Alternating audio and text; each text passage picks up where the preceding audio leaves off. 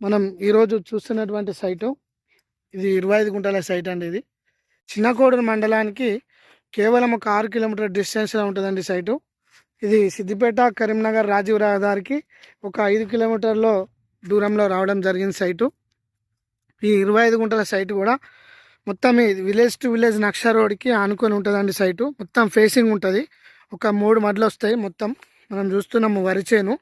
ఇందులో ఒక బోర్ ఉందండి, ఫుల్ వాటరు. ఈ బోర్తో కూడిన సైటు. ఇది బీసీ కుర్మా అండి. ఇది సైటు మంచి క్లారిటీగా ఉంది, క్లియర్ ఉంది. రెడ్ సాయిల్ వాటర్తో మనకు బోర్తో ఇస్తారండి. 25 గుంటల సైటు. ఇది కేవలం 25 గుంటలు 20 లక్షలకు గుత్త చెప్తున్నారు.